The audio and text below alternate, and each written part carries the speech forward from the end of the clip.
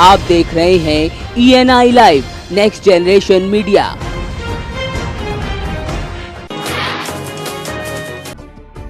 बस्ती में एक कार्यक्रम के दौरान यूपी सरकार में कैबिनेट मंत्री स्वामी प्रसाद मौर्य ने विवादित बयान दिया। 3 तलाक के मुद्दे पर बोलते हुए स्वामी प्रसाद मौर्य ने कहा कि अपनी हवस को पूरा करने के लिए पत्नियां बदली जाती हैं। मुस्लिम समाज पर निशाना साधते हुए उन्होंने कहा कि जब जिसका दिल चाहा बेवजह तलाक दे दिया।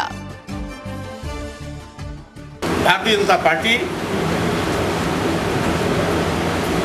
मुस्लिम महिलाओं के साथ खड़ी है जो अकारण बेवजह और मनमाने तरीके से जब चाहा तलाक देती। यहां तक कि तलाक का कोई आधार नहीं, कोई अपनी हवस को पूरा करने के लिए लगातार पत्नियां बदलते रहने का काम करे, अपने ही बच्चों को, अपनी ही पत्नी को सड़क पर भीख मांगने के लिए मजबूर कर दे, तो स्वाभाविक रूप से इसे ना आप अच्छा कहेंगे न कोई दूसरा अच्छा कहेगा। स्वामी प्रसाद मौर्य के इस बयान पर आजम खान ने पलटवार करते हुए कहा कि घटिया आदमी का घटिया बयान है। आजम खान ने कहा कि उन्हें शर्म आनी चाहिए। घटिया आदमी का घटिया बयान है, इसलिए न घटिया बयान का जवाब दिया जा सकता है, न घटिया आदमी का जवाब दिया जा सकता है। जिन लोगों की खुद अपनी जिंदगियों में हवस, चाहे वो सत्ता की हवस हो, चाहे वो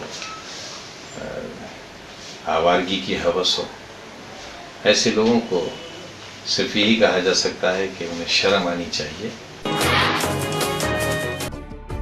समाजवादी पार्टी अब 2019 की तैयारी में लगी है। इसी के चलते सपाइयों ने संभल की गुन्नौर विधानसभा क्षेत्र में अंबेडकर प्रतिमा पर माल्यार्पण किया। सपा के पूर्व मंत्री प्रदीप यादव उर्फ गुड्डू भैया अपने सैकड़ों समर्थकों के साथ माल्यार्पण करने पहुंचे। सपाइयों को अचानक बाबा साहेब की याद आने से कई सवाल भी खड़े हो गए हैं, तो वहीं कुछ लोग इसे 2019 में आशंकित महागठबंधन से भी जोड़कर देख रहे हैं।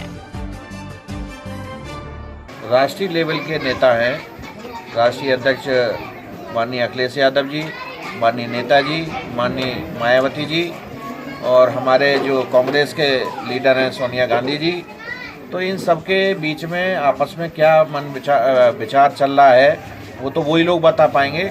लेकिन मैं इतना ज़रूर जानता हूँ कि जब तक हम सब लोग एकजुट होकर सब एक मंच पर नहीं आएंगे तब तक हम कामयाबी नहीं ले पाएंगे। आगरा में नोटबंदी के दौरान पिता के इलाज के लिए बैंक की लाइन में लगकर पैसे निकालने और फिर इस मामले में पीएम को नाराजगी भरा ट्वीट करने वाली जूही एक बार फिर सुर्खियों में है। पिछली बार उनके ट्वीट पर पीएमओ ने संज्ञान लिया था, तो वहीं तत्कालीन सीएम अखिलेश यादव ने भी मदद की थी, जिसके बाद उनके ऊपर सफाई होने का आरोप लगा था। वहीं अब जूही ने शिकायत दर्ज कराई है कि योगी सरकार आने के बाद कुछ लोग फेसबुक पर उनके ऊपर पाला बदलने का आरोप लगाते हुए अभद्रता कर रहे हैं।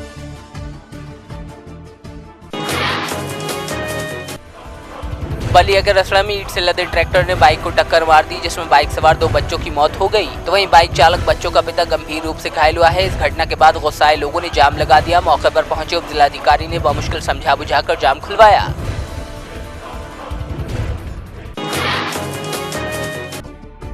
महोबा में प्रदूषण नियमों को ताक पर रखकर पहाड़ों पर हो रही हैवी ब्लास्टिंग और क्रैशर प्लांटों से उड़ रही धूल खेतों को बंजर कर रही है। काली पहाड़ी ग्राम में लगे क्रैशर प्लांट से आम जनजीवन बदहाल है। पिछले कई सालों से शिकायत कर रहे किसानों की प्रशासन ने कोई मदद नहीं की। आखिरकार किसानों ने अब आंदोलन की राह अख्तियार की है। ग्रामीणों ने कलेक्ट्रेट परिसर में जमकर हंगामा किया और जिलाधिकारी को एक शिकायती पत्र सौंपा है।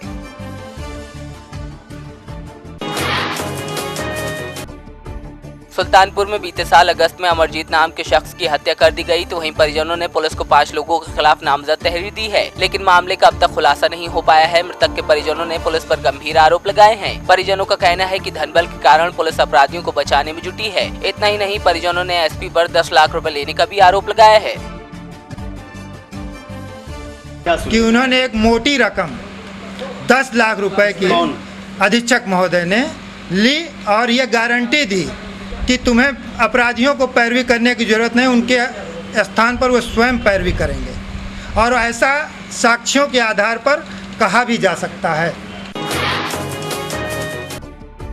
सिद्धार्थनगर में अलग अलग हुए अग्निकांडों में 2 लोगों की मौत हो गई तो वहीं 2 दर्जन से ज्यादा मवेशी जल गए, जबकि करोड़ों रुपए की संपत्ति खाक हो गई। ऐसे में अग्निशमन विभाग की लचर व्यवस्था भी खुलकर सामने आई है। सिद्धार्थनगर की 5 तहसीलों में सिर्फ नौगढ़ और डुमरियागंज में ही फायर स्टेशन है। जिले में सिर्फ 3 वाहन चालक हैं, जबकि जिला अग्निशमन अधिकारी तक के पास चलने के लिए गाड़ी नहीं है। मीडिया से बात करते हुए अग्निशमन अधिकारी ने कहा कि कम संसाधनों में जैसे तैसे कर्मचारियों का मनोबल बढ़ाकर काम कराया जा रहा है। और हमारे पास केवल 3 चालक हैं, जो पूरे उत्तर प्रदेश में प्रत्येक जनपद की अपेक्षा मैं समझता हूं कि यही एक ऐसा जनपद है जहां केवल 3 चालकों के मदद पे फायर सीजन को देखा जा रहा है, और गाड़ी भी केवल 2 ही है यहाँ पर। लेकिन चूंकि स्टाफ को प्रोत्साहित करके और जनता में ये पंपलेट वगैरह है प्रचार प्रसार करके कि क्या सावधानी रखनी है, और खुद हर दुर्घटना को हम हैंडल करते हैं। विशेषकर दोपहर में जब आग लगती है तो मेरा निर्देश है कि 2 जगह से गाड़ियां जाएंगी, क्योंकि वो आग बढ़ ना सके।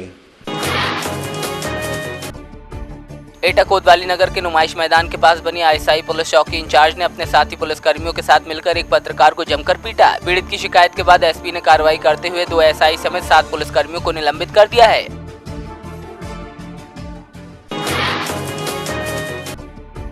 फतेहगढ़ के रेलवे रोड पर ठेके को बंद कराने के लिए लोगों ने धरना प्रदर्शन किया। साथ ही ठेका खुलवाने से पहले ही प्रशासन से कार्रवाई की मांग की। लोगों का कहना है कि यहां से स्कूली बच्चों और महिलाओं का गुजर होता है, ऐसे में यहां ठेका नहीं खुलने दिया जाएगा। इस दौरान लोगों ने ठेका खोले जाने पर प्रशासन को अंजाम भुगतने की भी चेतावनी दी।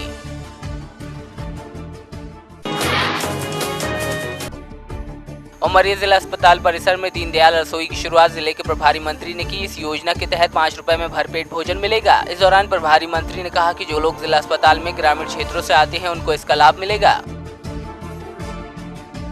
हमारे यशस्वी मुख्यमंत्री जी की योजना है कि जो गरीब लोग हैं, शहर में कोर्ट कचहरी की काम से आते हैं, कोई सरकारी काम से आते हैं, कोई अस्पताल के काम से आते हैं, रुक जाते हैं, ग्रामीण क्षेत्र के आते हैं, ऐसे लोगों के लिए 5 रुपये में भरपेट खाना ये चालू किया गया है। फिर हमारे मुख्यमंत्री जी का तो कहना है कि तेरा तुझको अर्पण क्या लागे मेरा। मुख्यमंत्री कन्यादान योजना के तहत सामूहिक विवाह सम्मेलन में प्रदेश के वित्त मंत्री जयंत मलैया शिरकत करने पहुंचे। सामूहिक विवाह सम्मेलन में करीब 400 जोड़े परिणय सूत्र में बंधे। इस मौके पर मंत्री और सांसद ने नव दंपतियों को आशीर्वाद भी दिया।